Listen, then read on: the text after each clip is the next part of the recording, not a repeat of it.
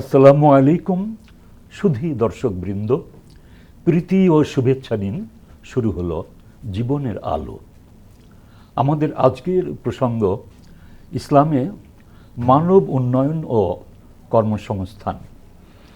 আমরা জানি আমাদের দেশের অবস্থা কি, তাই বাংলাদেশের প্রেক্ষাপটে মানব উন্নয়ন এবং কর্মসংস্থান বিষয়টি অত্যন্ত প্রাসঙ্গিক। এর উপরে আলোচনা হওয়া দরকার। আর আলোচনার জন্যেই আমরা আজকে স্টুডিওতে দুজন আলেমকে পেয়েছি, যারা ইসলামের ব্যাপারে অত্যন্ত গতিশীল, যত্নবান, যারা ইসলামের দৃষ্টিতে এই বিষয়টিকে সুস্পষ্ট করতে পারেন। আসুন তাদের সাথে আপনাদের পরিচয় করিয়ে দিই। রয়েছেন বিশিষ্ট আলেম এবং দায়িত্বশীল ইমাম সমাজের প্রতি জাতীয় ইমাম সমিতির সভাপতি কাজী আবু হুরায়রা। আসসালামু আলাইকুম ওয়া রাহমাতুল্লাহ। এবং রয়েছেন বিশিষ্ট আলেম এবং বিশেষভাবে যিনি তার মসজিদে আলোচনা করেন খতিব হিসাবে, ইমাম হিসাবে মাওলানা আব্দুল গাফফার নুরি। আসসালামু আলাইকুম ওয়া রাহমাতুল্লাহি ওয়া বারাকাতুহু। আমরা শুরুতেই আব্দুল গাফফার নুরি সাহেবকে বলবো যে আসলেই ইসলামে মানব উন্নয়ন এবং কর্মসংস্থানের বিষয়টি কতটা গুরুত্বপূর্ণ এবং কিভাবে মানব উন্নয়ন এবং কর্মসংস্থান সৃষ্টি করে আমাদের যে যুব সমাজ, বেকার যারা অনেক অসুবিধায় আছে, যাদের অনেক কাজ দরকার, সে ব্যাপারে আপনি কি আলোচনা করতে পারেন, যা আমাদের পরবর্তীতে আলোচনার ধারাবাহিকতায় আসে যাবে। অনেক বিষয় আসে, বলুন। আমি মানব উন্নয়ন এবং কর্মসংস্থান শুধু জীবন ধারণের উপকরণই নয়, জীবন ধারণের মাধ্যমই নয়, বরং এটি আল্লাহ তাআলার একটি ইবাদত। কেননা আল্লাহ তাআলা কোরআনুল কারীমের মধ্যে সূরা আল জুমআর 10 নম্বর আয়াতে ঘোষণা করে দিয়েছেন, ফাইযা কুদিয়াতিস সালাতু ফান্তাশিরু ফিল আরদি ওয়াবতাগু মিন ফাদলিল্লাহ ওয়াযকুরুল্লাহা কাসীরান লাআল্লাকুম তুফলিহুন। আল্লাহ তাআলা এখানে স্পষ্ট করে জানিয়ে দিয়েছেন, যখন তোমাদের নামাজ শেষ হয়ে যাবে তখন তোমরা পৃথিবীর জমিনে ছড়িয়ে পড়বে এবং আমি আল্লাহর দেওয়া রিজিক থেকে তোমরা রিজিক অন্বেষণ করবে, আমি আল্লাহকে বেশি বেশি স্মরণ করবে যেন তোমরা সফল হতে পারো।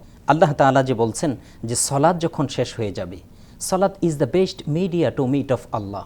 আল্লাহর সাথে বান্দার সাক্ষাতের অন্যতম একটি মাধ্যম হচ্ছে সলাৎ। সলাৎ যখন বান্দা সঠিকভাবে আদায় করবে, যখন বান্দা খুশু খুজুর সাথে সলাৎটা আদায় হয়ে যাবে, তখনই আল্লাহ তাআলা বলে দিয়েছেন, যখন বান্দার নামাজ শেষ হয়ে যাবে তখন আর বসে থাকার কোনো সুযোগ নাই। অবশ্যই তাকে কর্মসংস্থানে লেগে যেতে হবে, নিজ নিজ কর্মে তাকে অবশ্যই আত্মনিয়োগ করতে হবে। কর্মকে ইবাদতের মধ্যে আল্লাহ তাআলা শামিল করেছেন, কর্মকে আল্লাহ তাআলা ইবাদতের মধ্যে শামিল করে দিয়েছেন।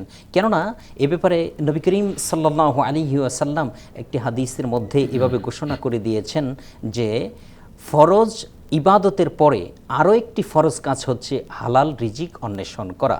কেননা নবী করিম সাল্লাল্লাহু আলাইহি ওয়াসাল্লাম অন্য জায়গায় হাদিসের মধ্যে এভাবে বলেছেন যে আল্লাহ তাআলার কাছে কোনো ইবাদত, যেমন নামাজ, রোজা, হজ, জাকাত, যে কোনো ধরনের ইবাদতই হোক না কেন, সেটি আল্লাহ তাআলার কাছে কবুলযোগ্য হওয়ার জন্য হালাল রিজিক পূর্বশর্ত।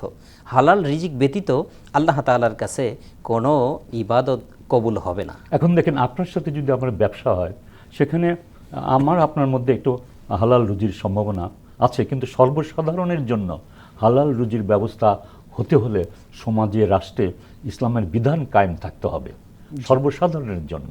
কাজে আল্লাহর বিধানকে কায়েম করাটা যদি লক্ষ্য না হয়, তাহলে কিভাবে সর্বসাধারণের রুজি হালাল হবে? দিনকে কায়েম করতে হবে, এই নিয়তে আমাদের সমস্ত কাজ করতে হবে। আল্লাহ তাআলা তো কোরআনুল কারীমে বলে দিয়েছেন যে লাকাদ কানা লাকুম ফি রাসূলিল্লাহি উসওয়াতুন হাসানা। রাসূল সাল্লাল্লাহু আলাইহি ওয়াসাল্লামের মধ্যেই রয়েছে তোমাদের জন্য উত্তম আদর্শ।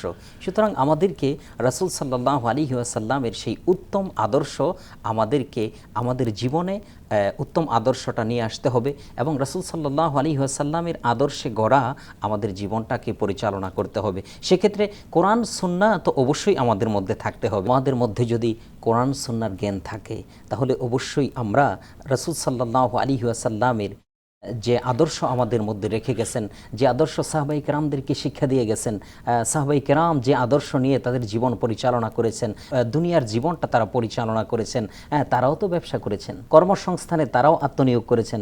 আমাদেরকেও সেই আদর্শ গ্রহণ করে আমাদেরকেও আত্মনিয়োগ করতে হবে কর্মসংস্থানে। রাসূল সাল্লাল্লাহু আলাইহি ওয়াসাল্লাম আমাদেরকে সেই শিক্ষাটা অবশ্যই শিক্ষা দিয়ে গেছেন এবং রাসূল সাল্লাল্লাহু আলাইহি ওয়াসাল্লামের কাছ থেকেই আমাদেরকে শিক্ষা গ্রহণ করে মানব উন্নয়নের পথে এগিয়ে যেতে হবে। এবারে কথা বলবো কাজী আবু হুরায়রা সাহেবের সাথে।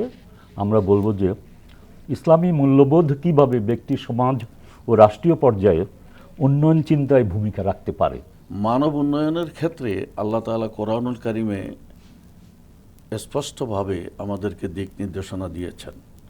কারণ সর্বপ্রথম মানব যিনি, আদি পিতা আদম আলাইহিস সালাম, তাকেই আল্লাহ তাআলা, তাকে উন্নয়ন করার জন্য আল্লাহ তাআলা শুরুতেই তাকে শিক্ষা দিয়েছেন, ওয়া আল্লামা আদম আল আসমা কুল্লাহা, যে আদম আলাইহিস সালামকে আল্লাহর সৃষ্ট যত বিষয়বস্তু আছে সবগুলো শিখিয়ে ফেলেছেন। এর অর্থ তাকে তৈরি করা হচ্ছে মানব উন্নয়নের জন্য। এরপরে আমরা দেখি যে মানুষকে আল্লাহ তাআলা সৃষ্টির সেরা করেছেন এবং সৃষ্টির সেরাটা কিভাবে হয়েছে আল্লাহ তাআলা কোরআনুল কারিমে বলেছেন, আর রহমান আল্লামাল কোরআন খালাকাল ইনসান। অর্থাৎ আল্লাহ মানুষ সৃষ্টি করার আগেই কোরআন শিখানোর জন্য এটাই আল্লাহর টার্গেট, সেজন্য আল্লামাল কোরআনটা আগে নিয়ে এসেছেন। আমরা এখানে দেখি যে কোরআন শিক্ষা করলেই, কোরআনের মধ্যে একজন কবি বলেছেন যে কুল্লুল ইলমি ফিল কোরআন ওয়ালাকিন তাকাসুরাত ফিহি আফহামুর রিজাল, সকল জ্ঞান বিজ্ঞান আল্লাহ তাআলা কোরআনের মধ্যে সন্নিবেশন করেছেন, কিন্তু মানুষের জ্ঞানের অভাবে মানুষ সেটা বের করে নিতে পারছে না কোরআন থেকে। সুতরাং জ্ঞান এবং বিজ্ঞান এ দুটো জিনিস শিক্ষা আর প্রশিক্ষণের মাধ্যমে পাওয়া যায়। আমরা দেখি যে আল্লাহ তাআলা আল্লাহর সকল নবী রাসূলকে প্রশিক্ষণ দিয়েছেন, তাদেরকে অনেক কিছু ম্যাশ চড়িয়েছেন এবং অনেক কঠিন কাজ তাদের থেকে পরীক্ষা নিয়েছেন। এজন্য বলা হয় আসাদুল বালা আল আম্বিয়া সুম্মাল আমসাল ফাল আমসাল, যে সবচেয়ে বেশি কষ্ট দিয়েছেন আল্লাহ তাআলা নবীদেরকে। কি জন্য? যে তাদেরকে শিক্ষা এবং প্রশিক্ষণ দিয়ে মানব উন্নয়ন করেছেন, তাদের থেকে অনেকগুলো কাজ নেবেন। সুতরাং আমাদের এই আজকের আলোচ্য বিষয়ের প্রথম অংশ মানব উন্নয়ন। এই মানব উন্নয়নের জন্য শিক্ষা এবং প্রশিক্ষণের অত্যন্ত প্রয়োজন। সেজন্য আল্লাহ তাআলা কোরআনুল কারিমে বলেছেন, হাল ইয়াস্তাবিল্লাযীনা ইয়ালামুন ওয়াল্লাযীনা লা ইয়ালামুন, যারা জানে আর যারা জানে না তারা কি সমান? তাদের মধ্যে আকাশ পাতাল তফাৎ, এটা কখনো সমান হতে পারে না। আমি বিদ্যুৎ জানি না, আমি বিদ্যুৎ ধরলে আমি অ্যাক্সিডেন্ট করব। আমি গাড়ি চালাতে পারি না, আমি শিখি নেই, আমি গাড়ি চালাতে গিয়ে অ্যাক্সিডেন্ট করব। সুতরাং আল্লাহ তাআলা যে মানুষকে দিয়ে পৃথিবী চালাতে চান, পৃথিবীর অ্যাডমিনিস্ট্রেশন যে মানুষের উপর আল্লাহ ছেড়ে দিয়েছেন আল্লাহর প্রতিনিধি হিসেবে, সেই মানুষের জ্ঞান বিজ্ঞানের প্রশিক্ষণ একান্ত প্রয়োজন। তো আজকে মানব উন্নয়ন করতে হলে আমাদের কর্মসংস্থান আসবে মানব উন্নয়নের দ্বারা, সেই মানব উন্নয়ন হবে শিক্ষা এবং প্রশিক্ষণের মাধ্যমে। আজকে আমাদের যুব সমাজ যাতে শিক্ষা লাভ করেও তারা যেন বেকার না থাকে, আমাদের যারা কর্মজীবী তাদের যেন তাদের চলার পথে কোনো প্রতিবন্ধকতা না হয়, সেগুলি আজকে সমাজের দেখার দায়িত্ব আমাদের সকলের দায়িত্ব।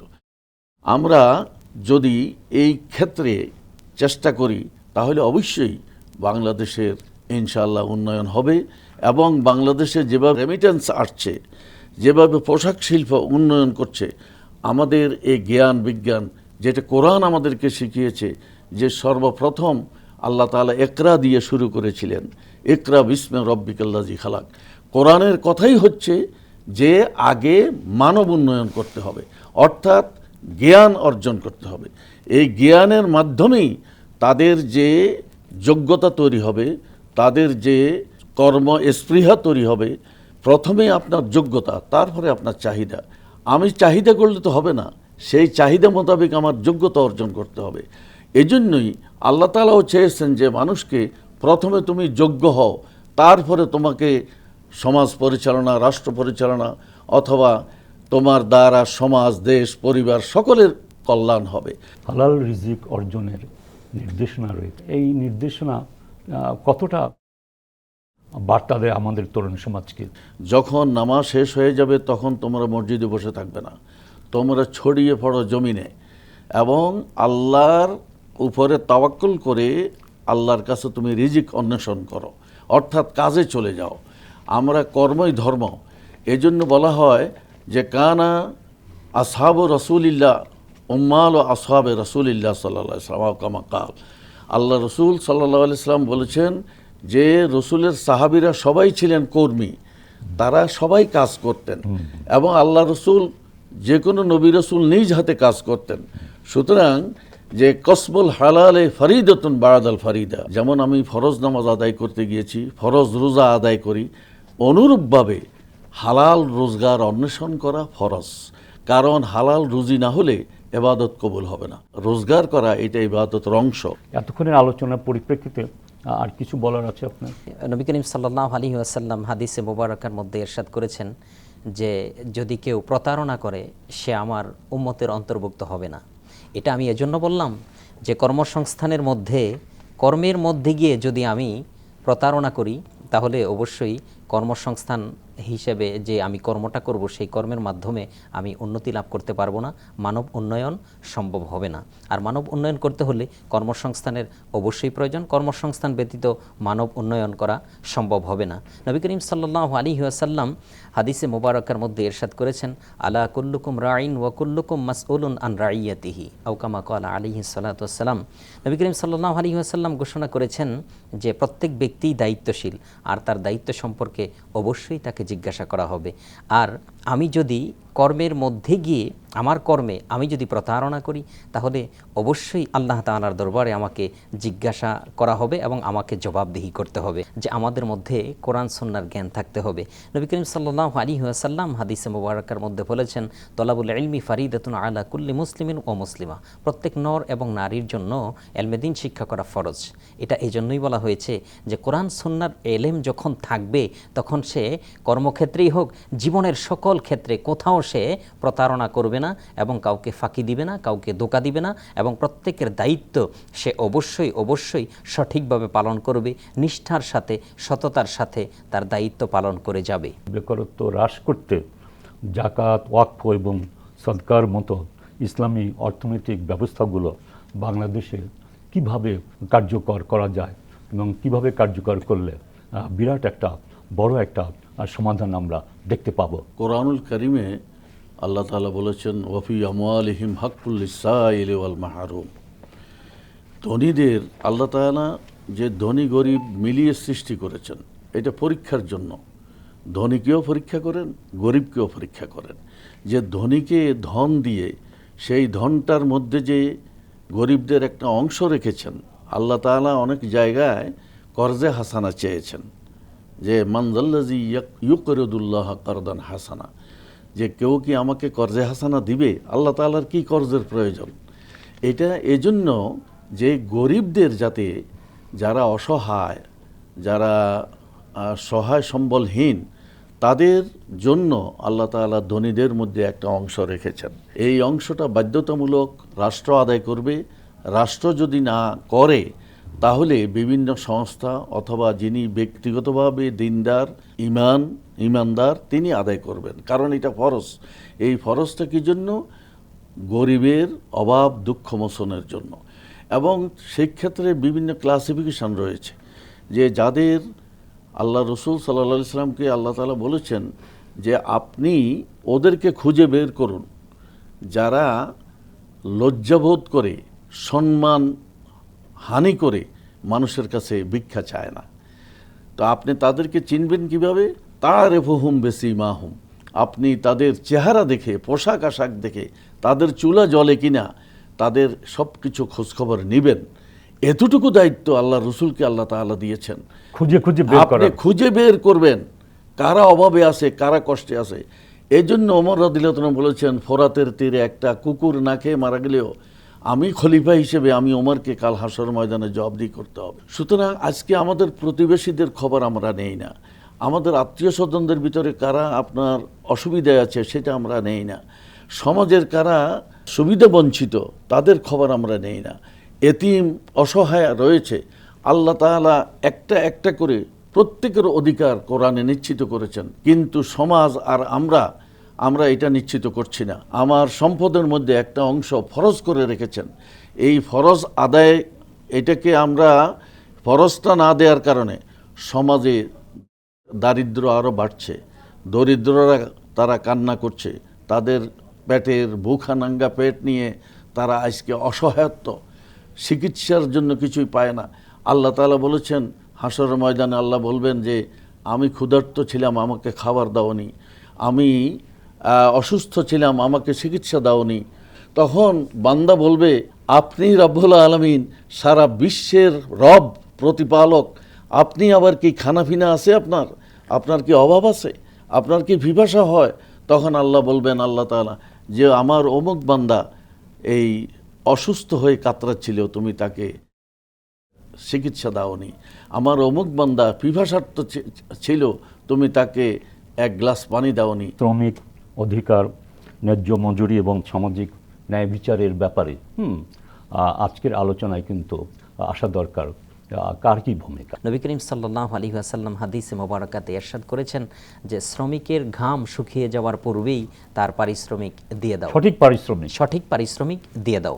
যে ব্যক্তি তোমার দাস সে তোমাদেরই ভাই, সুতরাং যে শ্রমিক তাকে তুচ্ছ তাচ্ছিল্য, ছোট এবং খাটো করে দেখার কোনো সুযোগ ইসলামে নেই। শ্রমের কাজ এটা নবীওয়ালা কাজ, হ্যাঁ, শ্রমকে ছোটোখাটো করে দেখার কোনো বিষয় নেই। শ্রমের কাজ না করে, কর্মসংস্থানে না গিয়ে যদি কেউ ভিক্ষাবৃত্তি করে, এটাও কিন্তু ইসলাম অ্যালাউ করে না।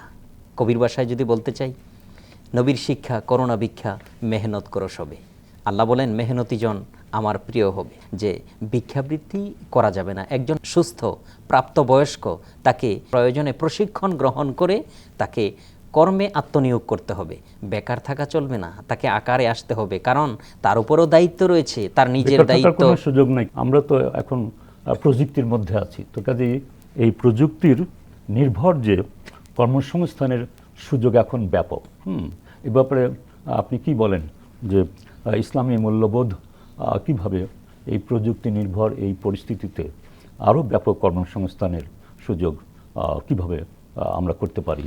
এই প্রযুক্তির জ্ঞান তো আমরা প্রথমেই বলেছি যে আল্লাহ তাআলা কোরআনুল কারিমে শিক্ষা এবং প্রশিক্ষণের ব্যাপারটা সর্বোচ্চ অগ্রাধিকার দিয়েছেন। অর্থাৎ এই যে হিকমা শব্দটা কোরআনে বারবার এসেছে, হিকমা শব্দের অর্থ কী? এটার অর্থই হচ্ছে প্রযুক্তি, এবং অনুপরমাণু এগুলিও কোরআনে উচ্চারিত হয়েছে। সুতরাং কোরআনুল কারিম এই শিক্ষা এবং প্রশিক্ষণ দিয়ে প্রত্যেকটি মানুষকে কর্মজীবী বা কর্ম উপযোগী করতে চায়। এজন্য আমাদের সমাজে আজকে যারা ধনী তাদের যেমন দায়িত্ব আছে, যারা গরিব তাদেরও দায়িত্ব আছে। আমরা এই বেকারত্ব গুছাতে হলে শুধু ধনীদের দোষ দিলেও চলবে না, আর শুধু গরিবদের দোষ দিলেও চলবে না। ধনীরা এগিয়ে আসতে হবে গরিবদের জন্য, আর গরিবরাও শ্রমঘণ্টা কর্মঘণ্টা সঠিকভাবে ব্যয় করে তারা সেই বিশ্বস্ততা নিয়ে রোজগার করতে হবে যে আতুল আজিরা উজরাতহু কাবলা আই ইয়াজিফা আরাকাহু আও কামা কাল আলাইহিস সালাম। রাসূল সাল্লাল্লাহু আলাইহি ওয়াসাল্লাম বলেছেন যে এই যে শ্রমিকের ঘাম শুকানোর আগে তার প্রাপ্যটা বুঝিয়ে দাও। ধন্যবাদ আপনাদের উভয়কেই। দর্শকবৃন্দ, আজকের যে আলোচনা হয়েছে এটি আমাদের জন্য বড় পাওয়া, তবে এই বিষয়ের উপরে আরও আলোচনা হওয়া দরকার বিভিন্নভাবে, এবং এই ব্যাপারে আমাদের উদ্যোক্তা তৈরি করা, উদ্যোগ নিয়ে আমাদের সমাজের যারা সচেতন অংশ তারা এগিয়ে আসবে, এই আশা করি যে আল্লাহ তাআলা যেন আমাদের সবাইকে সচেষ্ট করে এবং আমাদেরকে এ কাজে সম্পৃক্ত রাখে, আর তাই যেন হয়। আল্লাহ হাফিজ।